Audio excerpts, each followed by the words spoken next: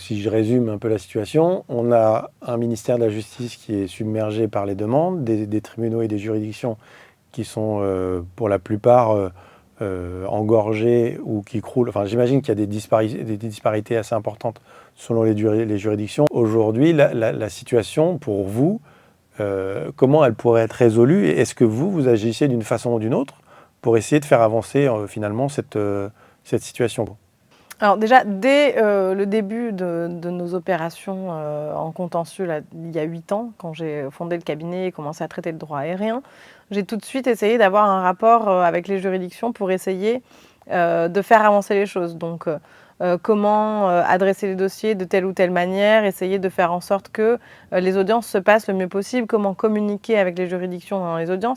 Donc ça, c'est vraiment quelque chose qu'on fait de manière quotidienne et depuis le début pour avoir ce traitement qui soit le plus fluide possible. Malgré ça, on voit quand même qu'on est toujours face à des difficultés qui sont sur des délais extrêmement longs, des méthodes qui sont assez désuètes parce que les outils, encore une fois, qui sont mis à la disposition de la justice sont désuets. Et donc là, on s'est retrouvé face à finalement une obligation. J'ai ressenti ça comme une obligation de faire quelque chose. Et j'avais déjà fait ça en 2017 au tout début. C'est-à-dire on assigne l'État. Donc on met l'État face à ses responsabilités. Il est le seul responsable de la désorganisation totale du service public de la justice. Mais vous disiez tout à l'heure que vous vouliez quand même essayer de travailler en bonne intelligence avec les juridictions. Comment elles le prennent, elles, que vous assignez l'État? Parce que c'est elles que vous assignez? Alors voilà, effectivement, ce n'est pas une action qui vise les juridictions en elles-mêmes. C'est une action qui vise le manque de moyens qui est donné aux juridictions. Donc, comme je le disais tout à l'heure dans l'interview, les greffiers et les magistrats font vraiment du mieux qu'ils peuvent avec les moyens dont ils disposent. Et ils font déjà énormément. On voit qu'eux-mêmes tirent la sonnette d'alarme. On voit qu'il y a des magistrats qui sont régulièrement dans la rue, des greffiers qui sont en grève, etc. On a une magistrate qui a carrément fait un arrêt cardiaque en audience à Nanterre. Enfin, on voit que la situation ne vient pas des magistrats ni des greffiers qui, eux, font vraiment du mieux qu'ils peuvent. En revanche, il y a un vrai problème qui vient de l'État et donc de l'organisation du service public de la justice, de ce manque de moyens. Et donc, nous avons décidé de lancer une action, encore une fois, collective, coordonnée et nationale, contre l'État, pour que l'État soit condamné à réparer le préjudice qui est subi à la fois par les justiciables et par leurs avocats, du fait de ces délais de traitement. Mais pas seulement, parce que les délais de traitement sont anormalement longs, c'est un problème. Mais les autres dysfonctionnements font également l'objet de demandes d'indemnisation. Donc, ce n'est pas seulement les délais, ce sont tous les dysfonctionnements qui sont visés. Et j'en parlais tout à l'heure, encore une fois, en droit aérien, les dysfonctionnements qu'on voit, c'est qu'on est obligé de faire face à des radations, ou on est obligé de se désister dans les dossiers alors que les transactions ne sont pas finalisées. Et ça, c'est un dysfonctionnement qui est préjudiciable au justiciable et à son avocat. Donc, on a lancé cette action collective. J'avais déjà tenté de lancer une action contre l'État au tout début de nos actions. Et ça avait eu un impact. Même si nos requêtes avaient été rejetées, on avait tout de suite eu 2 greffiers qui avaient été nommés au tribunal de proximité d'Aulnay-sous-Bois. C'est marrant, pardon, je vous interromps, c'est marrant, vous dites, on a tout de suite eu. Comme si c'était vous, en fait, qui faisiez partie de cette juridiction qui avait obtenu les greffiers. C'est amusant Bah oui, mais c'est vrai que en fait, l'impact, il est à la fois pour les juridictions qui se sentent soulagées par le recrutement de nouveaux greffiers et pour les avocats qui traitent le contentieux qui trouvent une réponse à leurs demandes, c'est-à-dire recevoir des convocations typiquement.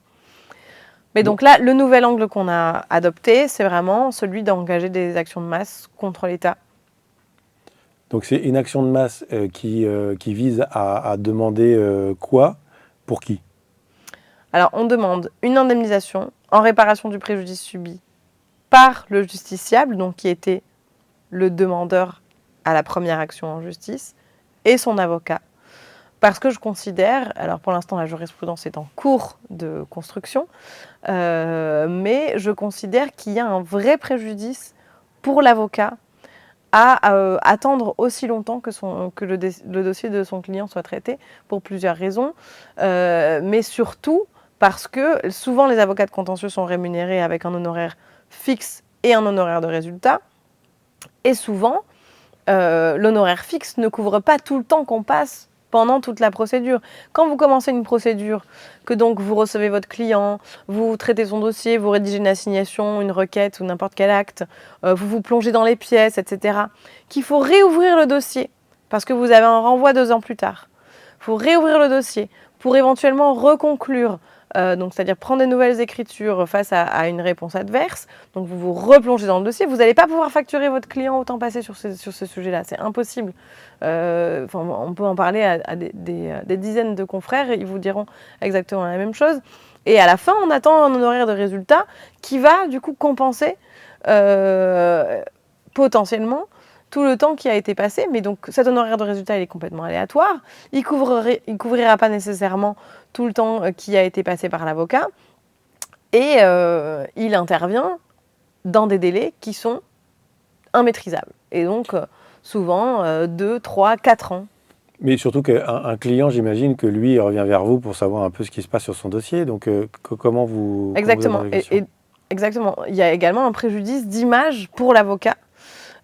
Puisque face à son client, il est impossible d'apporter une réponse quand on nous demande « mais dans ce dossier, quand est-ce que ça va se terminer? Est-ce que vous pouvez me donner une idée du délai ?» On ne sait jamais quoi répondre à cette question et on est souvent mis en porte-à-faux parce que le client pense qu'on ne fait rien, qu'on ne s'occupe pas de son dossier, alors qu'en réalité, tout a été traité dans les temps, seulement on attend une réponse de la juridiction. On attend soit que le dossier soit appelé à une audience, soit qu'une date de renvoi arrive, qu'une décision arrive. Parfois même, on a une date de décision. Donc évidemment, tous les clients nous appellent le jour même pour savoir quelle est la décision qui a été rendue. En fait, elle nous est notifiée 6 mois plus tard.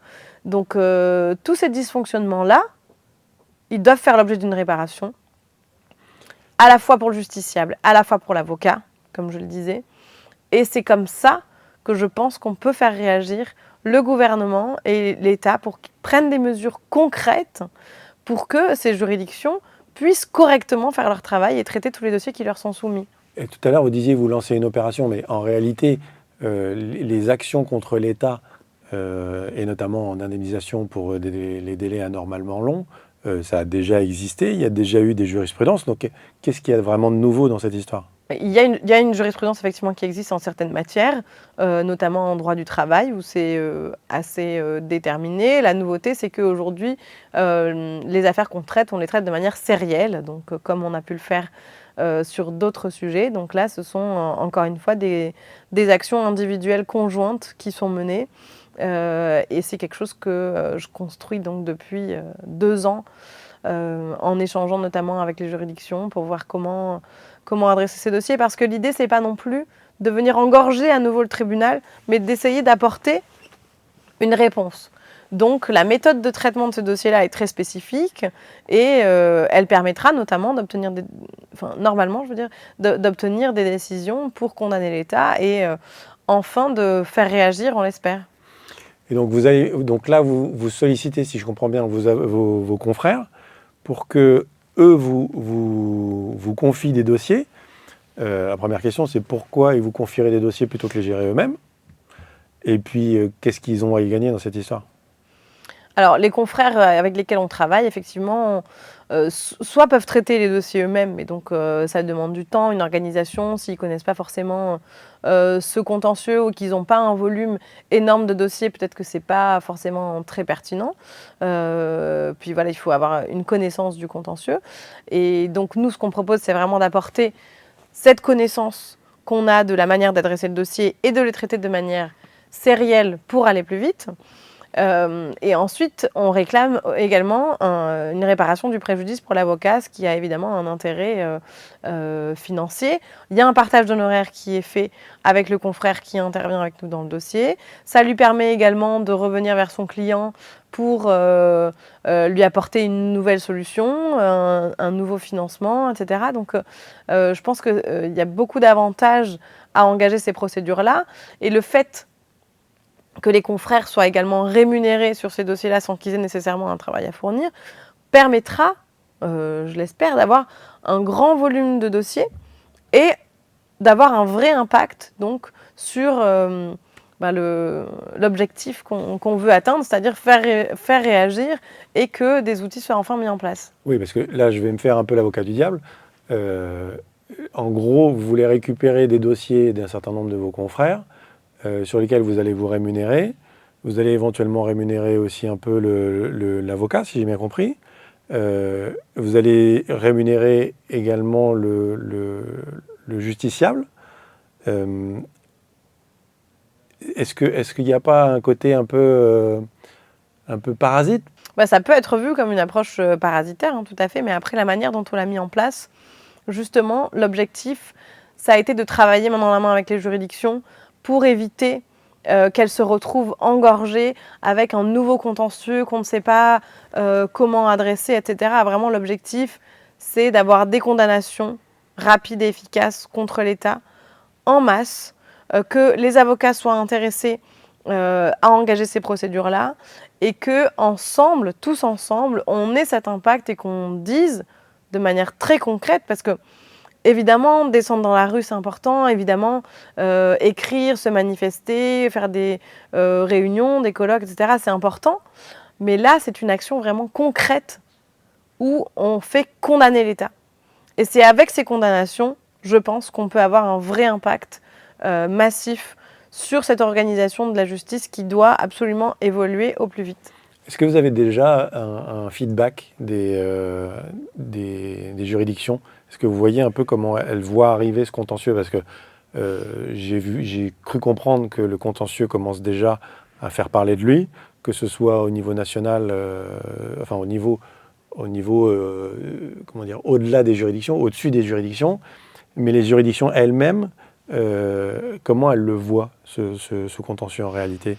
Alors, il y a plusieurs réactions. Il y a des juridictions qui se sentent visées, qui le prennent mal. Alors, je pense que ça a peut-être été mal ou pas expliqué ou incompris. Donc, il y a des juridictions qui se sentent visées, elles ont mal fait leur travail, c'est de leur faute, alors qu'elles subissent déjà au quotidien le fait d'avoir à traiter énormément de dossiers. Et puis, il y a d'autres juridictions qui voient ça vraiment comme un salut et qui se disent, en fait, c'est ça qui va aussi nous aider parce que nous, on n'arrive pas à faire entendre notre voix. Ok. C'est une opération qui si j'ai bien compris, demande une certaine logistique. Comment ça se passe? Si je suis un avocat aujourd'hui, je veux participer à cette opération, comment je fais? Alors là, aujourd'hui, on a mis en place un système en ligne qui permet aux avocats de nous transmettre directement leur dossier. Alors, soit directement via une plateforme, soit en fait, on s'adapte un petit peu aussi aux moyens des confrères, de moyens dont les confrères disposent, mais ça peut être par voie de tableau. En tout cas, il faut qu'on récupère les éléments de la procédure, les informations de la procédure. Et tout ça, après, il y a des aspects aussi techniques, informatiques que moi, je ne maîtrise pas intégralement, mais qui sont traités avec nos équipes. En tout cas, on récupère toutes les informations et toutes les pièces qui nous sont transmises par les confrères, ce qui nous permet ensuite d'engager des procédures. Donc, par exemple, si on décide d'engager une procédure contre l'État pour les délais en droit pénal, imaginons, tous les avocats concernés, s'ils ont 2 ou 3 dossiers, auront peut-être pas intérêt à les traiter eux directement. Nous, on les collectera tous et on en fera donc une action collective, voilà. Et donc cette opération, elle a un nom? Elle s'appelle Accélérons la justice. Et on la retrouve où? Et on la retrouve sur mon site internet, pitcheravocat.com ou sur le site de justice.cool.